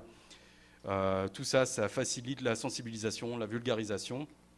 Et je voulais finir sur une phrase que j'ai écrite, je ne sais pas, j'étais inspiré. J'ai écrit « À l'heure de la 6e extinction de masse dont les causes et les symptômes sont plus ou moins connus ». Il y a plein de fautes d'orthographe, mais c'est l'anglais qui est corrigé automatiquement là.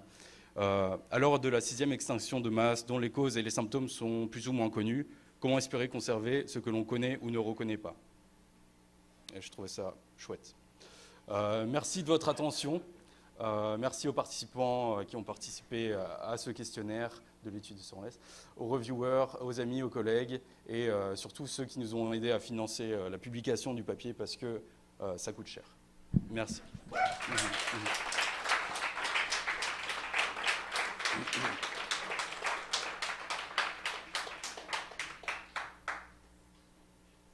Merci pour la présentation. Du coup, j'avais une question sur ton sondage, et notamment sur les biais que tu pourrais avoir en pensant à vers qui tu l'as envoyé, et surtout dans tes questions, tu demandes genre et âge, mais du coup, ce que je me demandais, est-ce que tu ciblais aussi, par exemple, du style catégorie socio-professionnelle ?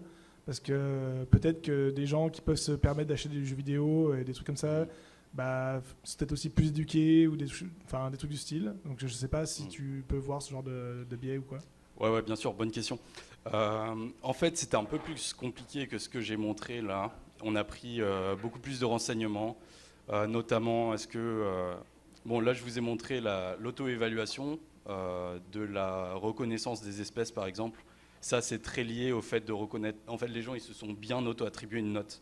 Ils ont réussi ils estimaient bien reconnaître les individus, les organismes, et ils l'ont réussi. De la même façon, on leur a demandé, est-ce que vous avez une passion pour l'entomologie ? Est-ce que vous étiez fan des dinosaures ? On a posé pas mal de questions comme ça. Généralement, c'était lié.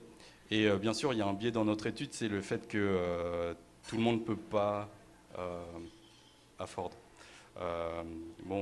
Se permettre d'acheter le jeu, etc. Et il peut y avoir des biais comme ça. Ça fait partie des problèmes de l'étude. Et on sait aussi que là, on s'attaque je veux dire, la même question que toi, mais plus sur à grande échelle, on va dire. Là, les gens qui ont répondu, c'est surtout des Français et des Suisses, des Belges, etc., des francophones d'Europe. mais on peut se dire que dans des pays un peu plus pauvres, etc., c'est pas l'enjeu de jouer. Disons que c'est un luxe de jouer Animal Crossing pendant la quarantaine, je pense, dans certains endroits. Donc, ouais, mais super bonne question. Ouais. Oui, allô? Allô? Merci pour la présentation. Je pense que ma question va littéralement dans le même sens. En fait, parce que dans Animal Crossing, il y a des mécaniques où, en fonction de la saison, de l'heure dans la journée, de l'endroit où tu es globalement, les insectes, les fossiles, les plantes, les poissons vont changer. Fait que je me demandais si vous aviez pris ça en compte dans votre étude, puis si vous aviez aussi pris, en fait, en compte le nombre d'heures passées à jouer. Honnêtement, on y a pensé pour le nombre d'heures jouées. C'était un peu compliqué pour les gens d'estimer. J'ai joué 8600 heures pendant la quarantaine, là. Donc on n'a pas pu. On leur a demandé, on a essayé de faire un groupe, c'est un peu dommage, mais on a dû faire joueurs d'Animal Crossing, non joueurs d'Animal Crossing. Et même parmi les joueurs d'Animal Crossing, ça a repris les gens qui ont joué aux versions précédentes que celles qui étaient sorties pendant la quarantaine. Encore plus de biais, c'est dommage. C'était quoi ta première question? J'ai oublié. Je voulais rebondir dessus. En fait, c'était un peu en fonction de la localisation, de l'heure, des saisons. Oui, c'est ça, merci.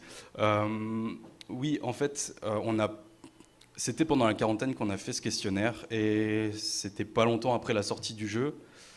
Et on s'était dit que la proportion des gens qui avaient triché pour avancer l'heure du jeu, la saison, pour pouvoir voir la neige dans leur île, alors que ça se passait en avril, elle devait être faible, cette proportion-là. Donc on a juste posé des questions sur les organismes qui étaient déjà visibles sur cette île à ce moment-là. Donc oui, c'est quelque chose que je n'ai pas expliqué là, parce que pas le temps. Merci. De rien. Cool.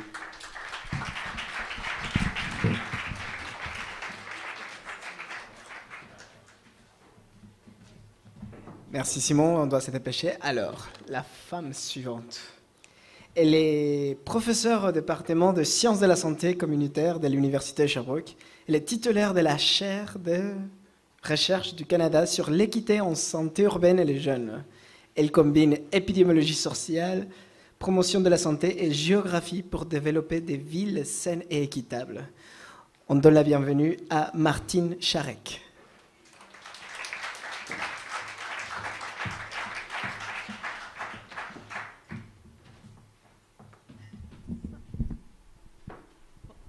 Bonsoir tout le monde. Ça me fait plaisir d'être ici pour vous parler. Je vous amène un petit peu sur un autre thème. Je vais vous parler d'environnement, mais sous l'angle de l'aménagement urbain pour promouvoir la santé puis l'équité en santé. Donc, vous avez peut-être déjà entendu dire que votre code postal, c'est un très bon indicateur de votre santé. À main levée, est-ce qu'il y en a qui ont déjà entendu ça? Oui.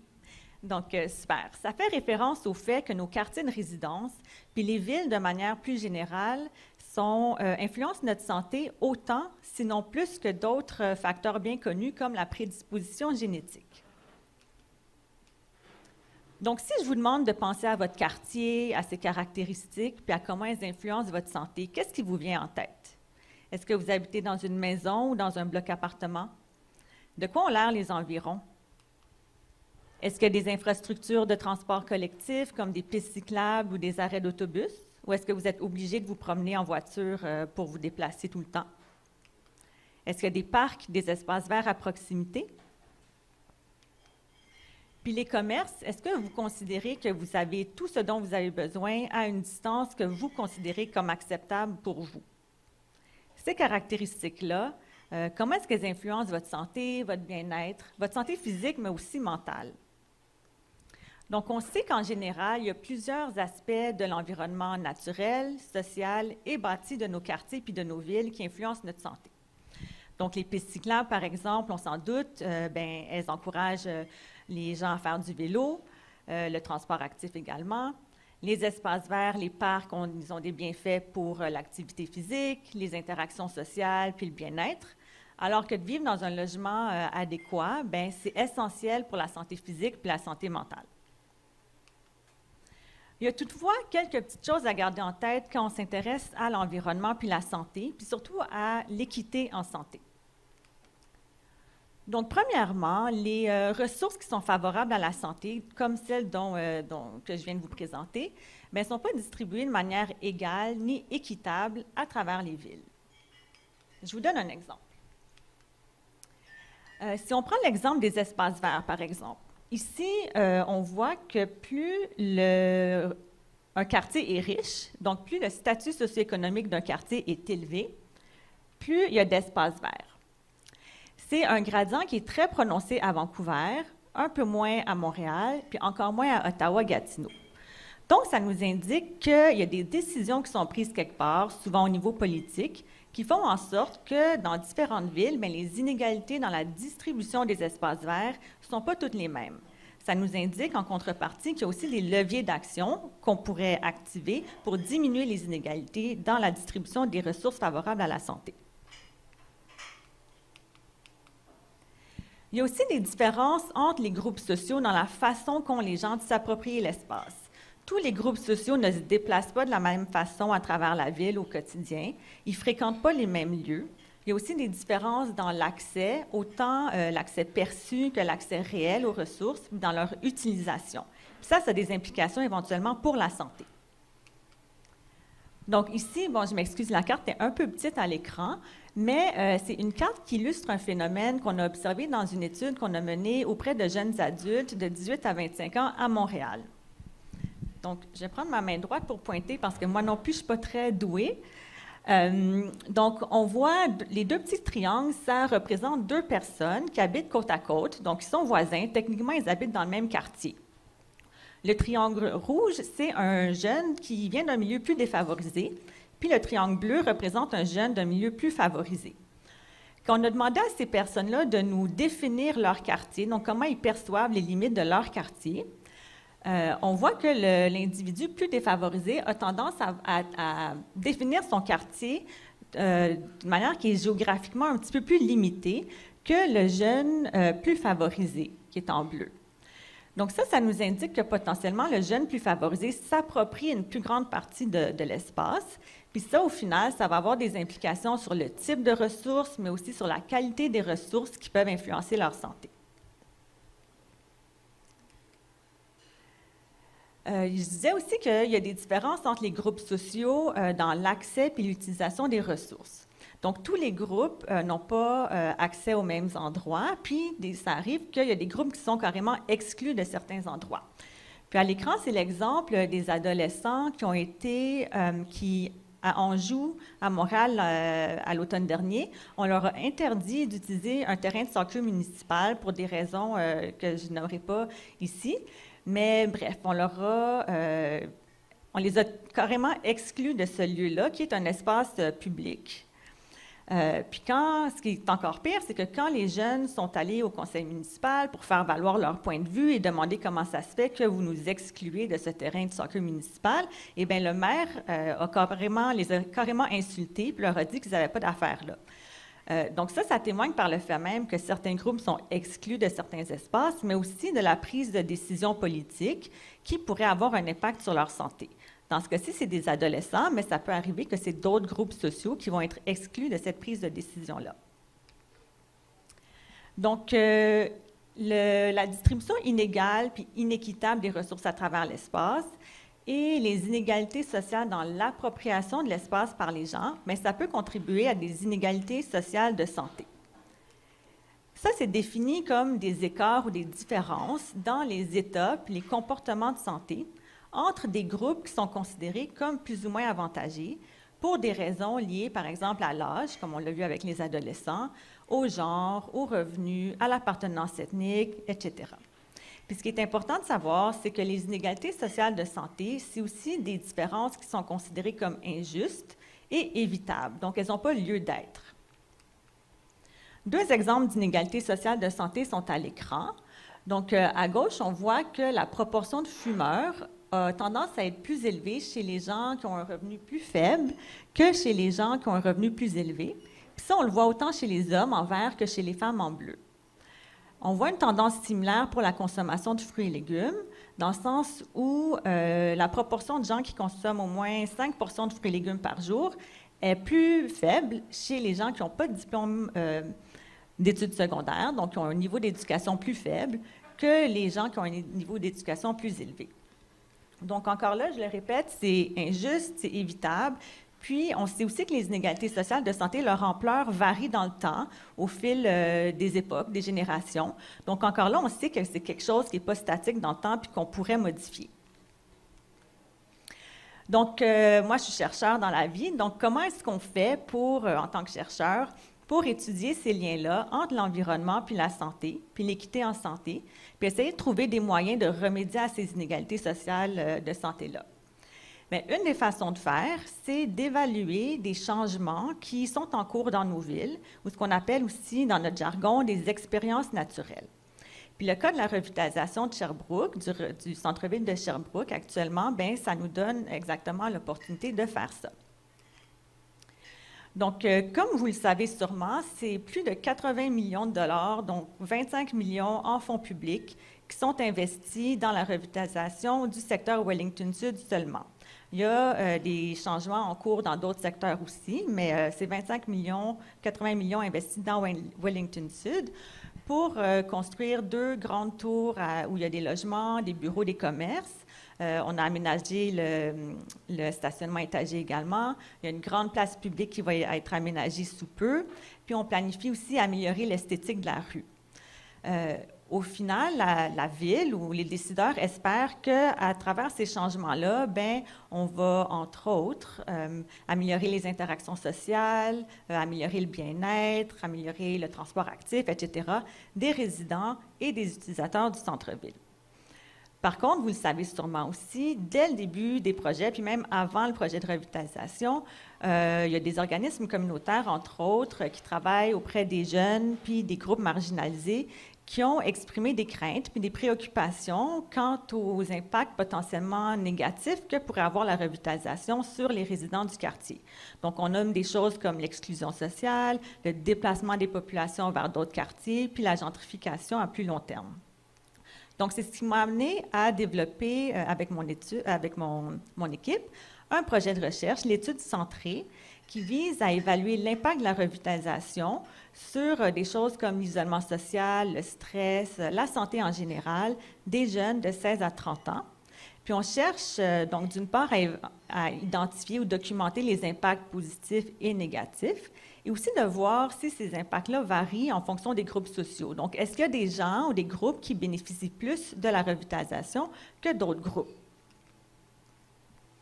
Donc, dans le cadre de l'étude, c'est 1470 jeunes de 16 à 30 ans qui ont répondu à un questionnaire en ligne. C'est des jeunes qui habitent à travers la ville de Sherbrooke. On s'entend, ce n'est pas juste des jeunes du centre-ville, parce qu'au centre-ville, il y a environ 3000 habitants, dont près du tiers, c'est quand même des jeunes adultes. Donc, c'est non négligeable. De ces 1470 participantes-là, on a identifié ceux et celles qui habitaient, étudiaient ou travaillaient au centre-ville de Sherbrooke. On les a invités à prendre part à une entrevue individuelle. Donc, on leur a demandé de nous guider à travers une promenade dans leur quartier, comme vous voyez sur la petite trace GPS ici.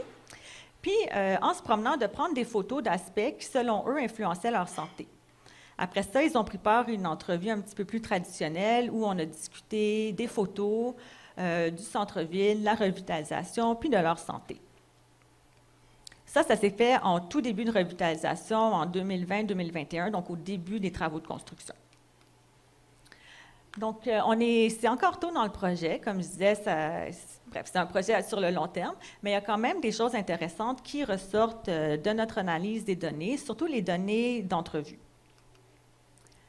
Donc, pour ce qui est des impressions puis de l'expérience du centre-ville de manière générale, la majorité des participants, quand même, disaient qu'ils appréciaient vraiment la proximité puis l'accessibilité à la nature quand on est au centre-ville. Donc, les espaces verts ou les rivières, par exemple, pour eux, c'était quelque chose qui leur bénéficiait puis qui améliorait leur bien-être.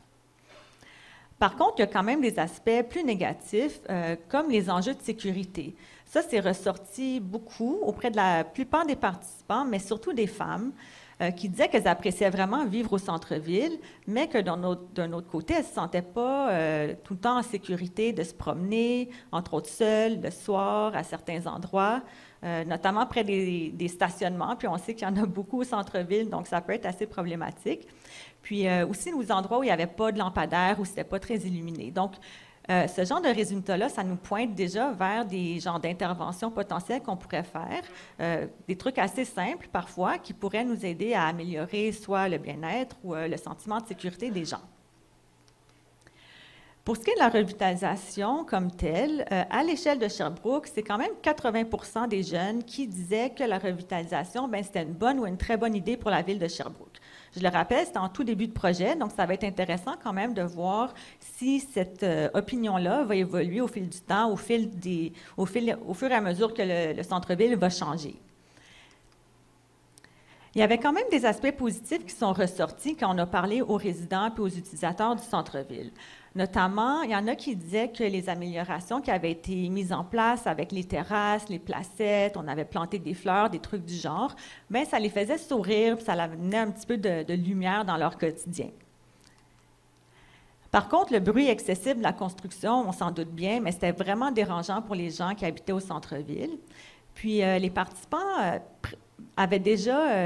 prévoyaient déjà des impacts négatifs à plus long terme, comme par exemple l'augmentation des loyers, le déplacement des populations plus marginalisées, la fermeture des organismes communautaires, des services communautaires ou des commerces, au bénéfice de commerces qui seraient un peu moins abordables pour la population actuelle. Ici, c'est une participante qui mentionne, entre autres, que d'après elle, les développeurs du centre-ville ne semblaient pas vraiment avoir les résidents actuels en tête quand ils développaient, mais on aurait dit qu'ils étaient en train d'essayer de tasser le monde. Donc, vraiment, ça causait de l'anxiété. Il y a les histoires de rénoviction aussi, qui causaient déjà à ce moment-là beaucoup d'anxiété et de stress chez les participants. Donc, on se doute que c'est quelque chose sur quoi on devrait potentiellement agir. Donc, comme je le disais, c'est vraiment un avant-goût de nos résultats. On est en tout début de projet. L'idée, c'est de faire une collecte de données de suivi, d'enquête et d'entrevues à l'automne, puis en 2024. Puis après ça, on va en faire une autre un an plus tard. Puis ça va vraiment nous permettre de voir comment les impressions, les perceptions, les expériences du centre-ville évoluent au fil du temps, avant, pendant puis après la revitalisation. Puis au final, ce qu'on espère faire avec ce projet-là, entre autres, c'est de générer des connaissances qui vont nous permettre de guider les décideurs, la ville de Sherbrooke, par exemple, qui voudrait peut-être développer des interventions ou des programmes qui seraient complémentaires à la revitalisation du centre-ville. La revitalisation, elle va se faire peu importe ce qu'on fait, mais l'idée, c'est peut-être de développer des actions complémentaires pour soit bonifier les impacts positifs qu'on observe. Par exemple, si les gens disent qu'ils veulent plus de placettes, de terrasses, d'endroits où interagir entre eux, bien, c'est peut-être l'idée d'investir un peu plus de ce côté-là. Ou on peut développer des interventions pour venir contrer les impacts négatifs au fur et à mesure où on les documente. Donc, s'il y a des enjeux de cohabitation, par exemple, entre les résidents de longue date et les nouveaux arrivants, bien, c'est de faire des activités pour améliorer cette cohabitation-là. Ou bien s'il y a des enjeux d'abordabilité du logement qui émergent, ou, je veux dire, on le sait que c'est déjà en train de se passer. Donc, l'idée, c'est peut-être de faire pression pour plus de logement social pour s'assurer que les résidents du centre-ville puissent rester dans leur quartier. Donc, en terminant, je vous inviterai peut-être dans le futur de prendre le temps de regarder autour de vous, dans vos quartiers, pour voir s'il y a des personnes ou des groupes qui semblent exclus de certains endroits ou qui ne semblent pas bénéficier autant des infrastructures qui sont disponibles. Puis, le cas échéant, bien, peut-être de réfléchir à ce que vous ou d'autres personnes, la ville entre autres, pourraient faire pour essayer de diminuer ces injustices-là. Alors voilà, je vous remercie.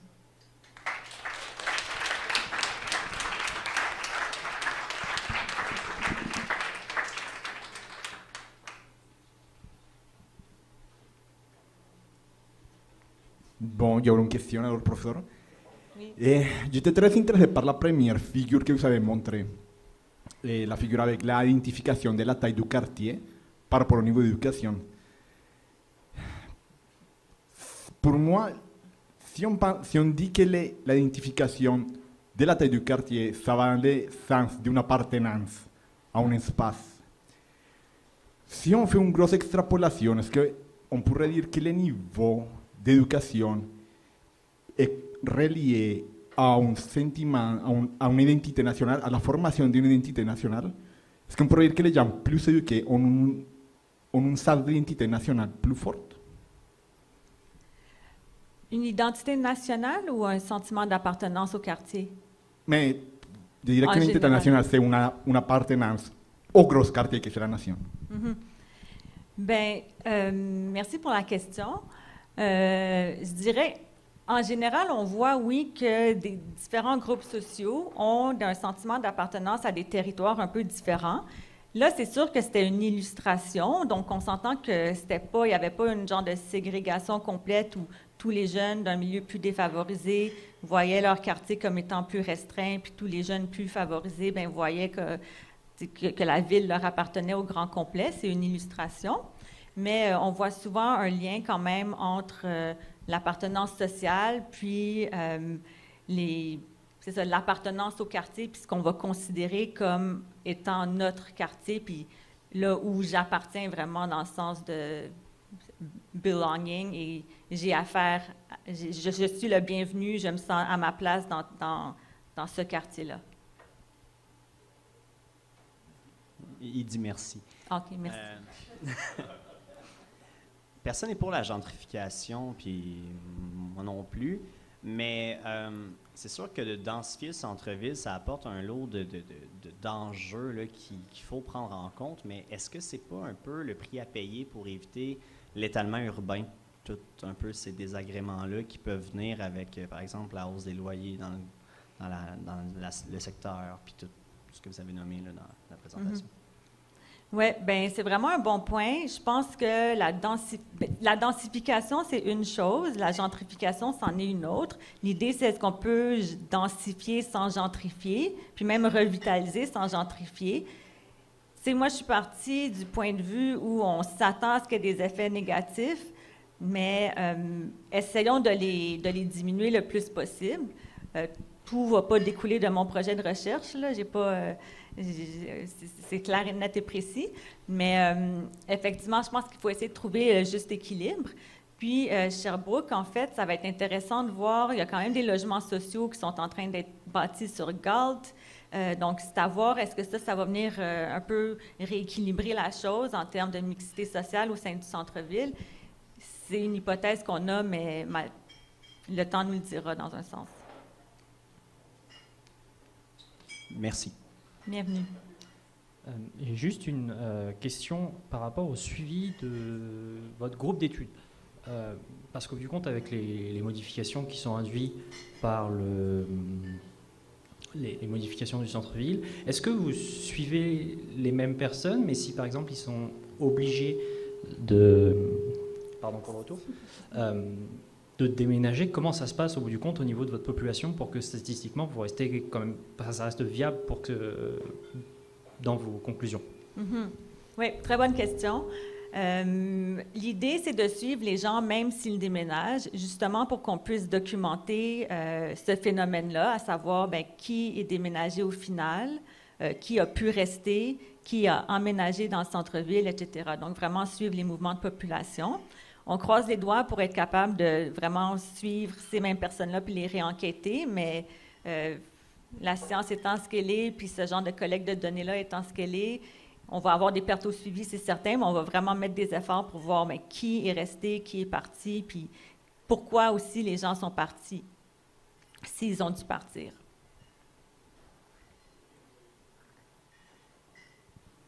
Ce qui fait que vous allez pouvoir, au bout du compte, observer si jamais vous avez le phénomène de gentrification dû aux modifications du centre-ville. Excusez, j'ai mal entendu. Ah, pardon. Je disais donc, avec ce suivi, vous allez pouvoir donc observer si jamais vous avez le phénomène de gentrification dû au mouvement des populations. Je ne sais plus si vous l'avez précisé, mais est-ce que vous les avez aussi pris en compte en fonction de les moyens financiers de la population que vous étudiez? On a recruté les populations de manière générale. Donc, on a Je veux dire, dans ce genre d'études-là, même si on met beaucoup d'efforts pour recruter les groupes les plus difficiles à rejoindre, comme les hommes, les personnes plus marginalisées, tout ça, ils sont toujours moins représentés dans nos grandes enquêtes, mais c'est pour ça qu'avec les entrevues, on essaie d'aller creuser un petit peu plus la réalité de ces gens-là. Mais effectivement, on a ratissé très large pour avoir un échantillon le plus représentatif possible de la population de jeunes adultes de la ville de Sherbrooke. Votre population, elle est combien à peu près? On a 1470 personnes à travers la ville de Sherbrooke. Je ne me souviens plus exactement combien sont au centre-ville comme tel. Merci beaucoup. Merci à vous.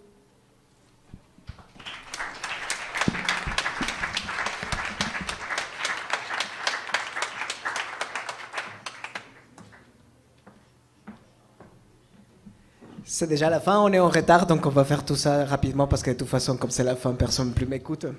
Donc, merci déjà à vous d'être venus. Donc, c'était un événement très beau. Et merci à nos présentateurs et nos présentatrices. Je pense que